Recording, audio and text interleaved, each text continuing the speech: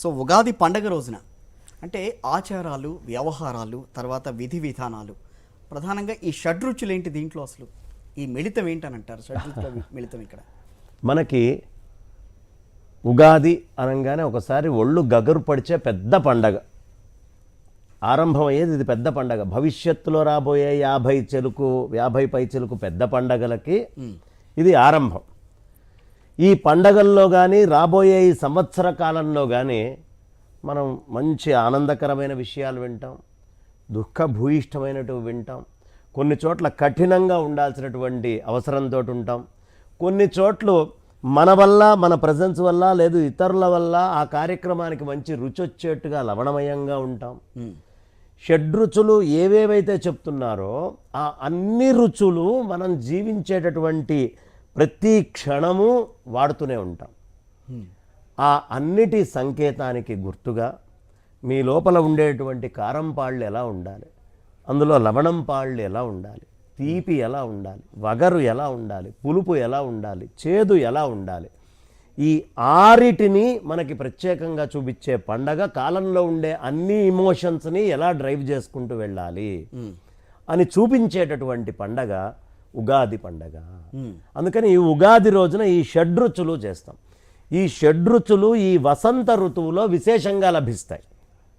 మనకి చైత్రం మొదలయ్యేటప్పటికి కొత్త బెల్లం అప్పుడే వచ్చింది, మనకి అన్ని కొత్తగా చక్కగా బ్రహ్మాండంగా వేప పువ్వు దొరుకుతుంది, కొత్తగా వచ్చేటువంటి మామిడి పండ్లు ఉంటాయి, కొత్తగా వచ్చేటటువంటి అందుకని అవి వగరుగా ఉంటాయి, కొత్తగా వచ్చేటటువంటి చింతపండు పులుపుని మనకి చూపిస్తోంది.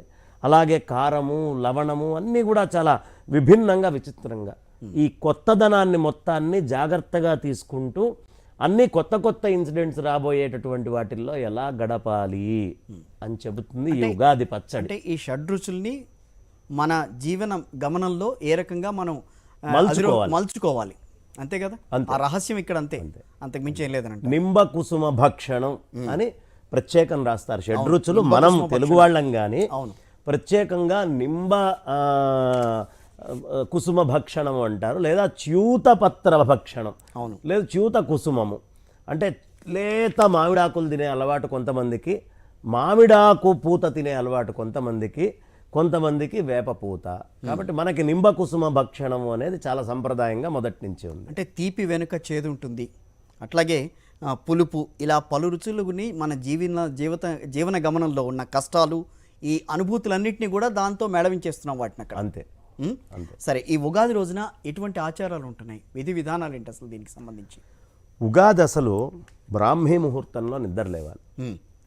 లేచిన తర్వాత చక్కగా తైలాభ్యంగన స్నానం చేయాలి, నెత్తి మీద కాస్తంత మాడు మీద కొట్టుకొని. ఇదంతా అయిపోయిన కాలం కాబట్టి ఎక్కువసేపు చెప్పట్లేదు. ఇది చేసుకున్న తర్వాత నూతన వస్త్రాలని ధరించాలి. నూతన వాసాలు అంటారు వాటిని, వస్త్రాలని ధరించాలి. ఛత్రచామరాలని తెచ్చుకోవాలి.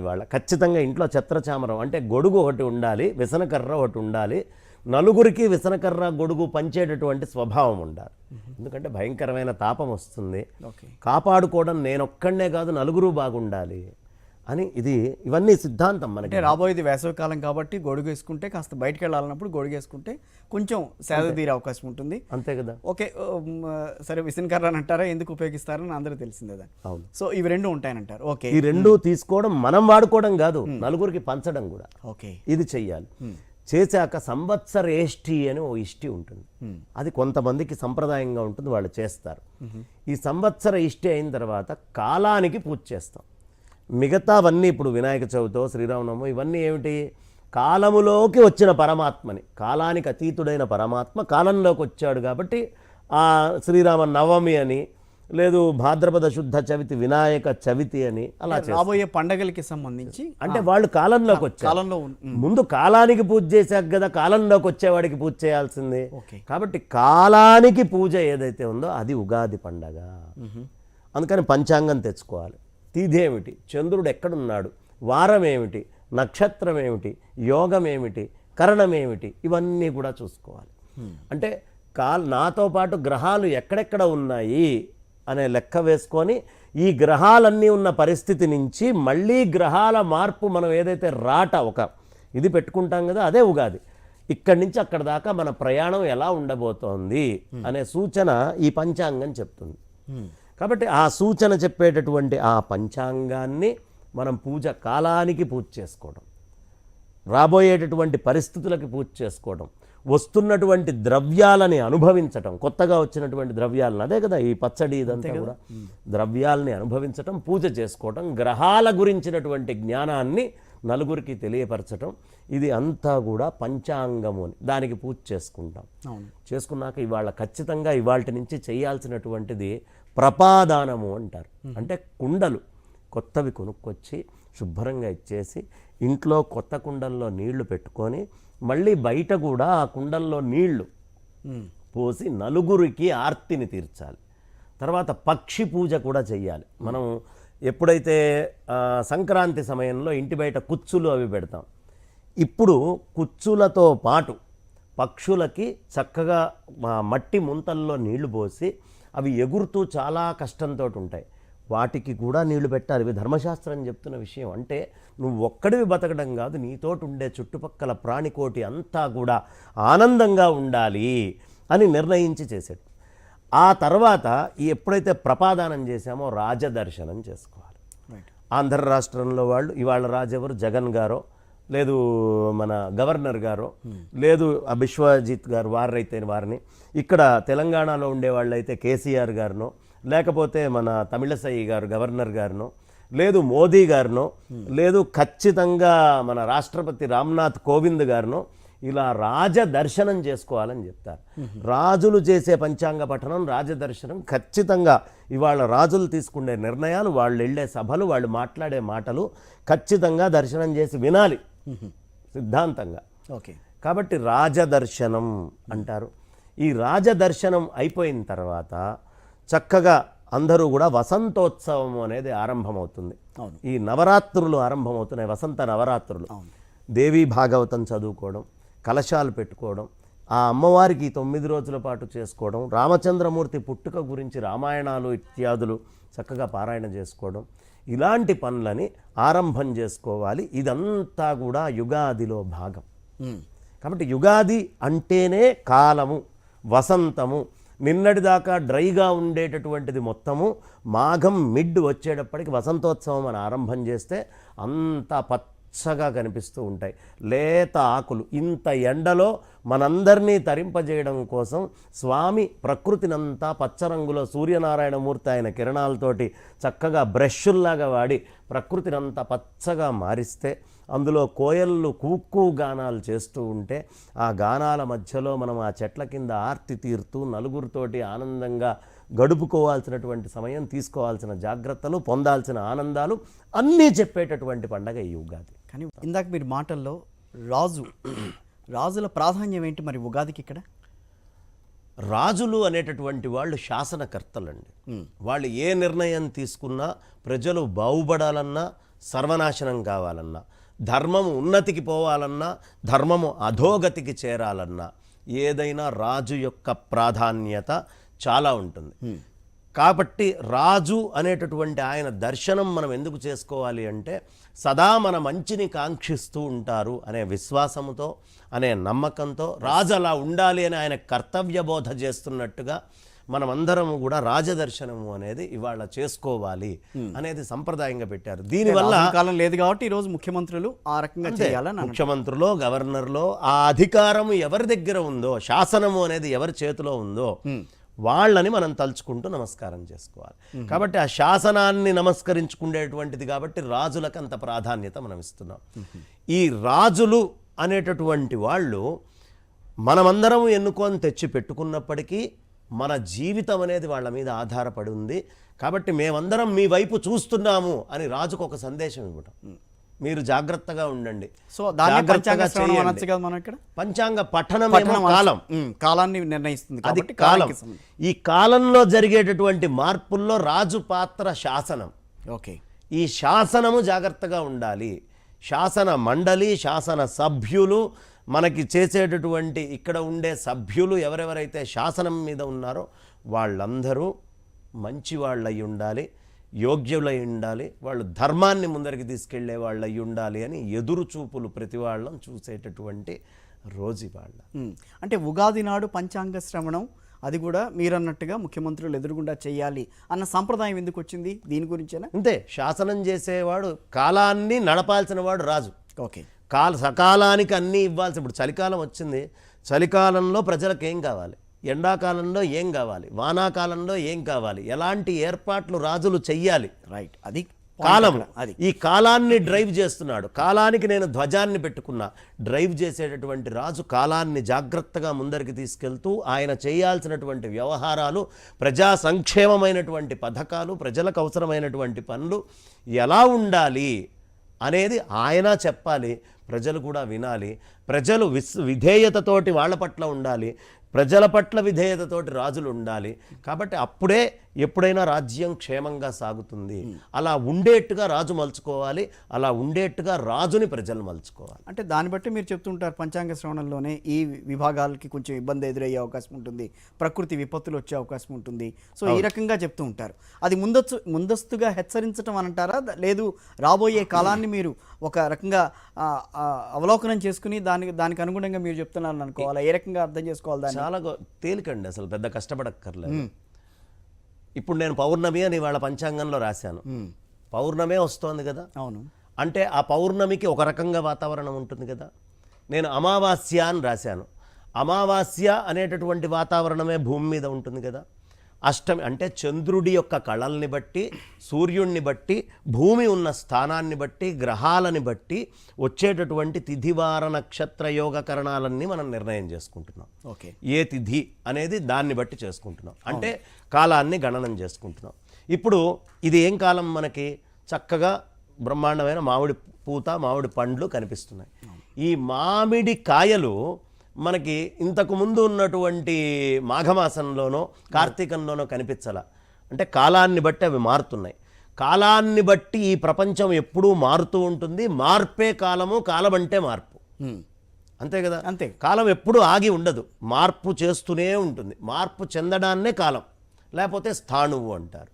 కాబట్టి ఈ మార్పు చెందేటటువంటిది ఎలాంటి మార్పులు చెందబోతోంది, ఏ విధమైన మార్పులు ఉంటాయి. పౌర్ణమి 15 రోజుల తర్వాత వస్తుంది అంటే గ్రహం అలా ఉండాల్సిందే, ఏం మార్పు లేదు. ఆ సమయంలో సముద్రం ఇలా పొంగి వస్తూ ఉంటుంది, అది మార్పు. అది గ్రావిటేషనల్ ఇంపాక్ట్ అయితే గ్రావిటేషనల్ ఇంపాక్టే, మార్పు కనిపిస్తోంది కదా. ఆ మార్పుల్ని అది సూచిస్తూ ఉంటుంది ఈ కాలం. ఈ కాలములో మనం ఇప్పుడు నేను ఈ క్షణం మీతోటి మాట్లాడుతూ నా శరీరంలో కొన్ని కోట్ల సెల్స్ డెడ్ అయినాయి, trillions and trillions of cells. మళ్ళీ కొత్త సెల్స్ పుట్టుకుంటూ వస్తున్నాయి. సో ఎప్పుడూ మార్పు ఇంటర్నల్గా జరుగుతోంది, ఎక్స్టర్నల్గా జరుగుతోంది. నా ముందు కనిపించే ప్రతి వస్తువు యందు జరుగుతోంది, చెట్టు యందు జరుగుతోంది, పుట్ట యందు జరుగుతోంది.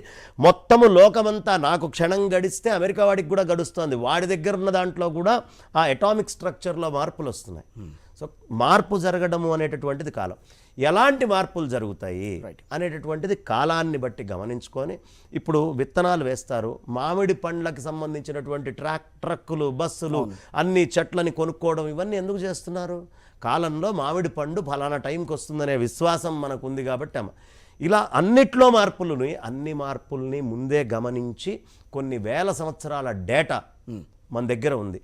దేవతలు ఇచ్చినటువంటి ఆ అద్భుతమైన జ్యోతిషాన్ని, ఋషులు ఇచ్చినటువంటి జ్యోతిషాన్ని డేటా కింద తీసుకొని డేటా సైన్సెస్ అని చెప్తాం. ఇవాళ ఓ చిన్న టోల్ గేట్ వేయాలి, ఎక్కడో టోల్ గేట్ వేయాలంటే ఎవడో ఐఐటి చదువుకున్నవాడు వెళ్ళి అక్కడ కూర్చుంటాడు. ఆ టోల్ గేట్ని వాడు ముందు ఏమేమి వస్తున్నాయి అన్ని వెహికల్స్ అన్ని నెంబర్స్ రాసుకుంటాడు. మొత్తం ఓ డేటా ఇస్తాడు, ఇంత లాభం వస్తుందని. వాడు చెప్పిన వెహికల్ నెంబర్సే రావు. రాకపోయినా ఎంత సంఖ్యలో ట్రాఫిక్ ఉంది, ఏం జరగబోతోంది, ఇక్కడ వేస్తే లాభమా నష్టమా, ఇవన్నీ ఎలా డేటా వల్ల మనకి మార్పు, ఊహ రెండు ఉంటాయి దీంట్లో. ఊహ లేదండి, ఊహ లేదు. ఓకే, అంటే మార్పు ఇలా ఉంటుంది అని ఏదైతే చెప్పబడిందో పూర్వం నుంచి ఎంతో స్టడీ చేసి చెప్పినటువంటి దాన్ని మనం రాస్తున్నాం. పంచాంగం, ధ్వజారోహణం, పూర్ణ కుంభదానం. సో దీని గురించి అంటే మనం ఒక ఆంజనేయ స్వామిని దాని ఏమంటారు మీరు చెప్పిన దాన్ని బట్టి ప్రతిగృహ ధ్వజారోహణం. ప్రతి గృహమునందు ఏదో ఒక చోట కాదట, అందరి ఇళ్ల మీద జెండాలు ఉండాలి. ఓకే, దీన్ని ఎందుకు చెయ్యాలి అంటే ధ్వజము ఇవాల్టి నుంచి నేను చేయబోయేటటువంటి పనులకి సంకేతం. ఏదైనా ఒక కాలంలో ఇప్పుడు ముహూర్తం నిర్ణయిస్తారు. ఇవాళ యుద్ధం అన్నారనుకోండి, జెండా ఎగిరేయాలి. అక్కడ జెండా ఎగిరితేనే యుద్ధం ఆరంభం. మనం చేసేటటువంటిది నిత్య యుద్ధం. మరి యుక్రెయిన్కి రష్యాకి మధ్యలో జెండా ఎగరలేదు. అంటే ఎగిరేయటం అనేది సంప్రదాయం. ఓకే, వాళ్ళు ఉక్రెయిన్ జెండాను అక్కడ చూపిస్తారు, వీళ్ళు రష్యా జెండాను. అంటే ఈ దేశ పతాకాన్ని ఆ దేశ పతాకాన్ని చూపించకుండా యుద్ధాలు చేయరండి. అవును, ఖచ్చితంగా చూపిస్తారు. దేశ పతాకానికి సెల్యూట్ చేసే ముందరికి వెళ్తారు, అది కరెక్ట్. దేశ పతాకాన్ని ఇచ్చే ముందరికి వెళ్తారు. చూపించారా లేదా నేను చెప్పలేను, కానీ చూపించి తీరాలి. ఓకే, అది గుర్తు. తర్వాత ఈ ధ్వజం ఇంకెప్పుడు చేస్తాం? బ్రహ్మోత్సవాలు, మంచి ఉత్సవాలు మొదలు పెడుతున్నాం. ధ్వజారోహణం అనేది అక్కడే. ఈ ఉత్సవాల ఆరంభం చేసేటప్పుడు కూడా ధ్వజారోహణం అని చేస్తారు. అంటే ఈ రోజు నుంచి నేను పండగలన్నీ చేసుకోబోతున్నాను, ఈ కాలంలో వచ్చేవన్నీ నేను చేయబోతున్నాను, ఇవాళ నేను కంకణం కట్టుకున్నాను అని చెప్పి ఎగిరేసేటటువంటి ధ్వజాన్ని ప్రతిగృహ ధ్వజారోహణము అంటారు. కాబట్టి అన్ని ఇళ్ల మీద జెండాని పెట్టి ఇవాళ నుంచి వైదిక ధర్మానికి, రాబోయేటటువంటి కాలానికి, ఇందులో ఉండే యుద్ధాలకి అన్నీ నేను సంసిద్ధమై బద్ధుణ్ణై ముందరికి అడుగులు వేస్తున్నాను అని చెప్పేటటువంటిది ప్రతిగృహ ధ్వజారోహణం. రైట్. ఇక కుంభము అంటే మనకి తెలియందే ఉంది. కుంభమేళ అని మనం చేసుకుంటూ ఉంటాం. ఇంట్లో కూడా మనం నిత్యము పూజ చేసేటప్పుడు కలశ పూజ అని, అది కుంభానికి చేసేటటువంటిది. ఏం చెప్తాం ఆ కుంభం దగ్గర? కలశస్య ముఖే విష్ణు కంఠే రుద్ర సమాశ్రితా మూలే తత్ర స్థితో బ్రహ్మ మధ్యే మాతృగణా స్మృతా కుక్షౌ తు సాగరా సర్వే సప్తద్వీపా వసుంధరా. ఋగ్వేదోథ యజుర్వేద, మొత్తము అన్ని రకాలైన వేదాలు ఇందులో ఉన్నాయి అని చెబుతూ, ఇందులో సప్తద్వీపాలైన వసుంధర అంతా మట్టే కదా, అన్ని ద్వీపాలతో కూడుకున్నటువంటి వసుంధర ఉంది. మధ్యలో కుక్షౌతు సాగరా సర్వే, అన్ని సాగరాల నుంచే నదులు వస్తాయి. అంటే అన్ని రకాల జలాల సోర్సెస్ ఇందులోనే ఉన్నాయి అని. ఈ ఆపం ఎలాంటిది? ఆపోవా ఇదగుం సర్వం విశ్వాభూతాన్యాప ప్రాణావా ఆపహ పశవాప నమాపో అమృతమాప అని మొత్తం ఆపం గురించి మనకు చెప్పుకుంటూ వస్తారు. కాబట్టి మొత్తం ప్రాణానికి మూలమైన జలాన్ని ఇందులో పెట్టి, ఇందులోనే సప్తద్వీపాలైన వసుంధర ఉంది. ఈ మట్టి ఎలా అయితే మనకి లోతుగా ఇట్లా వచ్చి నీళ్ళని ఒడిసి పడుతోందో, అలా ఈ కుండ నీళ్ళని ఒడిసి పడుతోంది. మొత్తం సప్తద్వీప వసుంధర మొత్తం ఇదే అని చెప్పి, దానికి సంకేతంగా మొత్తం బ్రహ్మాండాన్ని దానం మనం చేయలేం కాబట్టి, బ్రహ్మాండ దానం అంతా చేసిన ఫలితం రావాలి అంటే ఒక కుంభదానం గనక తీసుకొని వెళ్ళి ప్రపాదానము అంటారు. ఈ ప్రపాదానము అనేది చేస్తే ఖచ్చితమైనటువంటి ఫలితాలు అందరికీ లభిస్తాయి. అందుకని మనం ఈ కుంభదానము అనేది చేస్తాం. బంగారేశ్వరమ్మ గారు, పంచాంగ శ్రవణం ప్రధానంగా ఆ సంవత్సరంలో ఉండే ఫలితాలని చెప్తారు, నవనాయకుల ఫలితాలు అని అంటారు. ఆ తర్వాత ఆ ఫలితాల ద్వారా ఏ ఏ గ్రహాలకి అంటే దానికి సంబంధించి అధికారం లభిస్తుంది, అవన్నీ కూడా చెప్పుకుంటూ వస్తారు. అసలు ఉగాది నాడు పంచాంగ శ్రవణం అనేది ఇందాక మీరు మాట్లాడుతూ ఉన్నారు, అది కంపల్సరీ అని అంటున్నారు. ఏంటి దాంట్లో ఉన్న దానికి ఉన్న ఔచిత్యం ఏంటి? అసలు ఉగాదికి పంచాంగ శ్రవణానికి మధ్యన ఉన్న ఇదేంటంటారు? ఇప్పుడు నేను ఇంతకుముందు చెప్పినట్టుగా డేటా సైన్స్ మొత్తము కొన్ని వేల సంవత్సరాల డేటా ఉంది భారతీయుల దగ్గర. ఈ డేటా ఎలా ఉండబోతోంది ఎవ్రీ ఇయర్ అనేది కలెక్ట్ చేసుకొని, ఆ కలెక్టివ్ డేటాని మొత్తాన్ని తీసుకొని వచ్చి ఈ పంచాంగాల రూపంలో అందిస్తారు. ఇది ఎవరు వాడి బుద్ధికి తోచింది రాసేది కాదు. ఏది శాస్త్రం చెప్పబడిందో ఇలాంటి డేటాని కలెక్ట్ చేసుకున్న వాళ్ళు పూర్వం చెప్పినటువంటి అంశాలు ఏవైతే ఉన్నాయో ఆ డేటాని ప్రజెంట్ చేస్తున్నారు, అదే వేస్తారు. ముందు రాస్తున్నారు, దేన్ని బట్టి రాస్తున్నారు? ఊహించి రాసేది కాదుగా. దీనికి ఒక శ్లోకం ఆధారమై ఉండాలి. ఈ శ్లోకాన్ని నిక్షిప్తం చేసిన వాడేంటి? వాడు ఏదో ఒక R&D చేసి ఉండాలి. ఆ R&D రీసెర్చ్ వర్క్ ఏదైతే ఉందో అది పూర్వం నుంచి భగవంతుడి నుంచి వచ్చింది అనేటటువంటిది మనకి తెలుసు. కాబట్టి దాన్ని మనమందరం విశ్వసించి ఆ R&Dని ప్రజెంట్ చేసుకునేటువంటి రోజు, దాన్నే పంచాంగ శ్రవణం అంటారు. ఆ రీసెర్చ్ ఏదైతే ఉందో అదే మనం ప్రజెంట్ చేసుకునేది. కరెక్టే. టెక్నాలజీ పరంగా మనం ఏం జరగబోతోందని చెప్పి, ఏం జరిగినా మనం ఎదుర్కొనే సత్తాం అనుకుందని చెప్పి మనం ముందుకెడుతున్నప్పుడు ఇలాంటి పంచాంగ శ్రవణాలు కానీ, లేకపోతే రాబోయే రోజుల్లో ఇది జరుగుతుంది కాబట్టి ఈ గ్రహాలు ఇక్కడ తిరుగుతాయి కాబట్టి నువ్వు ఇట్లా ఉండాలని చెప్పి చెప్పడం కానీ, ఇదంతా కొంచెం ఒక రకంగా అంటే సామాన్య మానవుడికి ఇది అర్థమవుతుందా ఇవన్నీ? ఇప్పుడు నేను మీకు ఒక విషయం చెప్తానండి. టెక్నాలజీ ఫుల్లీ డెవలప్ అయిందా? యూ ఫీల్ 100% టెక్నాలజీ వచ్చిందని? కొంతవరకు. ఇది మానసిక శాస్త్రం, ఓకే, మనస్సుకు పట్టించేది. ఇప్పుడు మానసిక శాస్త్రం పూర్తిగా డెవలప్ కాలేదు. నేను మీ చేతికి రాయి ఇస్తాను, గుంజి ఇసిరేయమంటాను, దాన్ని పట్టుకుంటారు, చాలా దూరం దాకా మీరు ఇసిరేస్తారు. మీరు తీసుకున్న ఫోర్స్ ఎంత, అప్లై చేసినటువంటి ఎనర్జీ ఎంత, అది ఏ మోషన్లో వేశారు, పెరాబోలిక్ వేశారా, ఎలా వేశారో ఎంత దూరం పడుతుందో నేను చెప్పగలను. అవును. మీ మొత్తం సైన్స్ మొత్తం అంతా తీసుకొని వాడతా. నేను మీ చేతికి ఒక పక్షినిచ్చా, ఇట్లా ఇసిరేయమన్నా. ఇప్పుడు మీకు వచ్చినటువంటి మీ దగ్గర ఉన్న ఎంటైర్ సైన్స్ వాడి అది కుడి పక్కకి వెళ్తుందా, ఎడం పక్కకి వెళ్తుందా, పైకి వెళ్తుందా, కిందకి దిగుతుందా, నేరుగా వెళ్ళిపోబోతోందా, వెళ్తే ఎక్కడికి వెళ్ళి వాళ్తుంది, ఏం చేయబోతుంది ఓకే, చెప్పగలరా? చెప్పలేము. ఇది మానసిక శాస్త్రం, ఓకే, మనస్సుకు సంబంధించింది. అంటే మీరు అన్నీ నా దగ్గర ఉన్న సైన్స్ తోటి కొలుస్తా అంటే సైన్స్ డెవలపింగ్, ఎవర్ డెవలపింగ్. దాన్ని గౌరవించాలి, దాన్ని ఆదరించాలి, నూతనత్వాన్ని ఎప్పటికప్పుడు తీసుకోవాలి. దట్ డోంట్ మీన్ సైన్స్లో సమస్తము వచ్చేసింది, అన్నీ సైన్స్లో ఉన్నాయి, ఇప్పుడు సైన్స్కి బియాండ్ ఇంకోటి లేదు అంటే ఇంకా సైన్స్లో డెవలప్మెంట్ లేదు. కాబట్టి మీకున్న ఆచార వ్యవహారాలు వాళ్ళ అనుభవాలతోటి ఇచ్చినవి, పూర్వం నుంచి వచ్చిన ధర్మశాస్త్ర గ్రంథాల నుంచి వచ్చినాయి. వాటిని మీరు సమన్వయం చేసుకుంటూనే ఇక్కడ ఏమిటి అనేది తీసుకుంటూ ముందరికి వెళ్ళాలి తప్ప ఎంటైర్ సైన్స్ తోటి చెప్తే సైన్స్ ఇస్ స్టాగ్నెంట్ అయిపోతుంది, అంతే, అక్కడికి ఆగిపోతుంది సైన్స్. కాదు, ఇది డెవలప్ అవుతోంది. డెవలప్ అయ్యే కొద్దీ ఈ ఆచారాల్లో ఉండే గొప్పతనాలు బయటకు వస్తూ ఉంటాయి. ఇప్పుడు ఇక్కడ కుసుమ భక్షణం, నింబ కుసుమం తినండి అని సైంటిస్ట్ చెప్పారు ఎవరైనా? చెప్పరు, మనకి ముందు నుంచి ఉంది. కానీ నింబ కుసుమం తింటే, వేప పువ్వు తింటే ఈ ఫలితాలు వస్తాయి, ఇది మంచిది ఒంటికి, ఈ విధమైన ఆరోగ్యం ఉంటుంది, నేను ఆచారం పెట్టాను కాబట్టి మీరు రీసెర్చ్ చేసి డాక్యుమెంట్ ఇచ్చి లేదంటే దీనివల్ల నష్టం ఉంది, ఇది పనికిరాంది అని చెప్పచ్చు. అదేం చేయట్లేదుగా. ఈ ఆచారాన్ని దీన్ని మీరు కంపేర్ చేయట్లేదు కదా, మరి ఏ విధంగా ట్రాష్ అని కొట్టేస్తారు?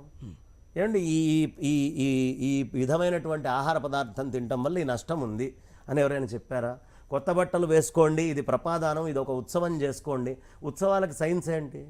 నా లోపల ఉండే ఆనందానికి సైన్స్ ఎక్కడి నుంచి మీరు కొలతలు కొలుస్తారు? నాలో ఆనందం వచ్చినప్పుడు కొన్ని రకాలైనటువంటి హార్మోన్స్ రిలీజ్ అవుతాయని చెప్తారు. కానీ ఆ ఆనందం రిలీజ్ అవ్వడానికి ఒకటే అయిన జోక్ వేస్తే నలుగురిలో ఇద్దరు నవ్వుతున్నారు, ఇద్దరికి నవ్వు అర్థం కావట్లేదు, తెలియట్లేదు. అంటే వాళ్ళ యొక్క ఆ చేంజెస్ మొత్తం కూడా సైన్సెస్ రికార్డ్ చేయలేవు.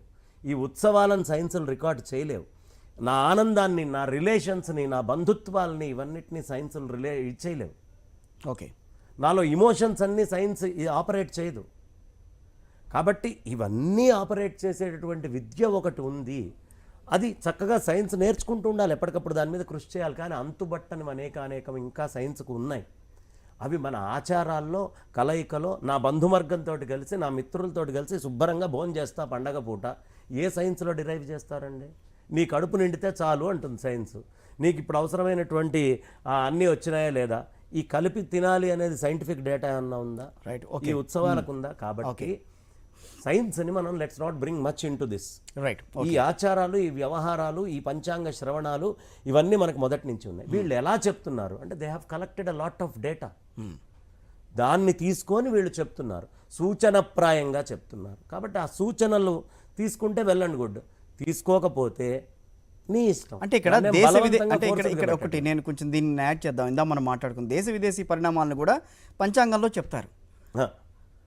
అంతే కదండి. అది ఎలా సాధ్యమవుతుంది? ఇక్కడ ప్రపంచంలో ఉండేటటువంటి మార్పులు చెప్తున్నారు, ఏ విధమైనటువంటి మానసికమైన మార్పులు వస్తాయి.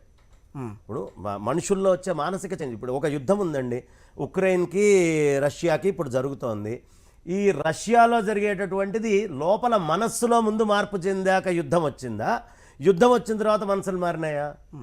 లోపల మనస్సులో మార్పులు జరిగినాయి. ఆ మార్పులు అనేకమైనటువంటి ఇంటర్చేంజ్, అది బయటికి కనిపించేది కాదు. అలాంటి మార్పులు దేనివల్ల వస్తున్నాయని సైంటిఫిక్గా డేటా తీసుకొని ఏదైనా తీసుకొని ప్రూవ్ చేయగలరా?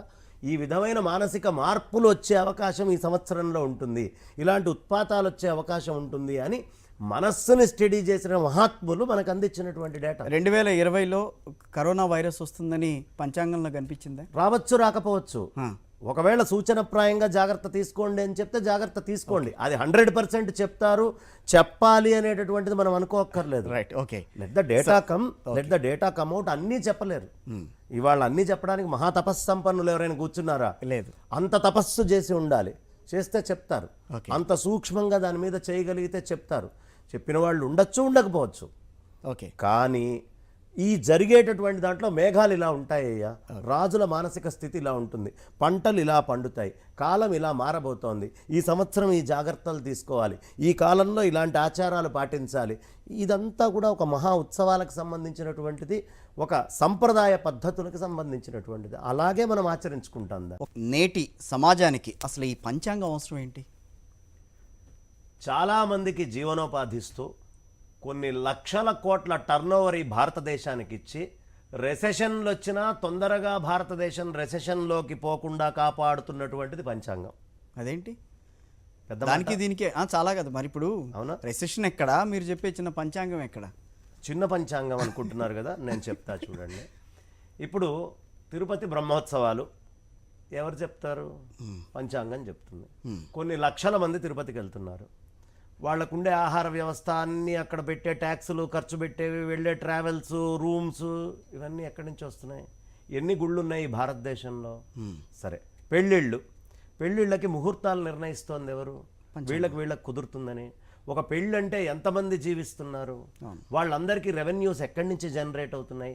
వివాహంలో చేయాల్సినటువంటి సంప్రదాయం ఇది, పద్ధతి ఇది అని చెప్పడం వల్లే కదా మనకి సంబంధించినటువంటి మేదర పనికి సంబంధించినటువంటిదైనా, అంటే కులాలను పక్కన పెట్టి వృత్తులు చెప్తున్నా, అన్ని వృత్తులు బతుకుతాయి. మీకు ఒక బ్రాహ్మడు ఒక లిస్ట్ రాసి ఇచ్చాడు అనుకోండి, అందులో కుందులు వచ్చినప్పుడు అందరు బతుకుతున్నారా? ఆ లోహ పని చేసేవాళ్ళు, చెక్క పని వచ్చినప్పుడు కార్పెంటర్ వృత్తి మొత్తం అందులోకి వచ్చేస్తోందా? గోల్డ్ది వచ్చినప్పుడు గోల్డ్ స్మిత్స్ ఉన్నారా? వస్త్రాలు ఉన్నప్పుడు పద్మశాలీలు ఉన్నారా? ధాన్యాలు, నవధాన్యాలు చెప్పినప్పుడు రైతులందరూ జీవిస్తూ ఉన్నారా? ఏ ఒక్కదాన్ని వదిలిపెట్టకుండా అందరినీ, అన్ని వృత్తులని ఒక ప్రదేశంలో కలిపేటటువంటిది ఈ పంచాంగం పెట్టే ముహూర్తము, మన సంప్రదాయం. ఓకే, కాబట్టి రెవెన్యూస్ జనరేట్ అవుతున్నాయి. పెళ్ళిళ్ళు, బారసాలలు, నామకరణాలు ఏవి తీసుకున్నా, ఇక బ్రహ్మోత్సవాలు అవుతూనే ఉన్నాయి. ఇవి కాకుండా కార్తీక మాసం వస్తే, శ్రావణ మాసం వస్తే, ప్రతి నెల ఏదో ఒక పండగ ఉంటూనే ఉందిగా. ఇవాళ ఉగాది అంటే ఎంత రెవెన్యూ జనరేట్ అయిందండి? ఇదంతా పంచాంగం వల్ల అయిందా? దేని వల్ల అయింది? మొత్తం ఇండియా అంతా మొన్న శివరాత్రి అన్నప్పుడు ఎంత వైభవంగా జరిగింది, ఎన్ని రెవెన్యూస్. టీవీ ఛానల్స్లో ఇప్పుడు మీరు చక్కగా ప్రత్యేకం ఉగాది ప్రోగ్రామ్ అని పెడతారు. ఈ ఉగాది ప్రోగ్రామ్ చక్కగా జరుగుతున్నప్పుడు యాడ్స్ కొంచెం విశేషంగా జనాలు ఎక్కువ చూస్తారు కాబట్టి ads. Even channels revenue run అవ్వడానికి కూడా పంచాంగాల ముహూర్తాలు మూలం. పంచాంగం పెడితేనే ఇక్కడ ముహూర్తాలు జరిగేటటువంటిది. ఇంత రెవెన్యూస్. మీకు అమెరికాలో రెసెషన్ వచ్చినప్పుడు రొనాల్డ్ రీగన్ టీవీల్లో చెప్పేవాడు, దయ్యుంచి ఖర్చు పెట్టండి అయ్యా, మీరు ఖర్చు పెడితే తప్ప మన రెసెషన్ అనేది తగ్గదు, బ్లాక్ చేయకండి మనీసు. మరి ప్రతినిత్యము మనకి పంచాంగంలో పండగలు, పబ్బాలు, వారాలు, గృహప్రవేశాలు, ఇవి అవి అన్నీ పెట్టి ఎంత రెవెన్యూస్ జనరేట్ అవుతున్నాయండి? కొన్ని లక్షల కోట్ల రూపాయల రెవెన్యూస్ ని ఈ భారతదేశంలో పెట్టి రెసెషన్ లేకుండా కాపాడుతున్నటువంటి పంచాంగాన్ని ఊపుకుంటూ నలుగురు వచ్చి వాడేదో పెద్ద పంచాంగం అని తిడుతూ ఉంటాడు. ఆ స్థాయిది కాదు పంచాంగం. పంచాంగం అనేక కోట్ల మంది జీవనోపాధి, కులాలకు అతీతం. Right sir, thank you very much అండి బంగారేశ్వర గారు.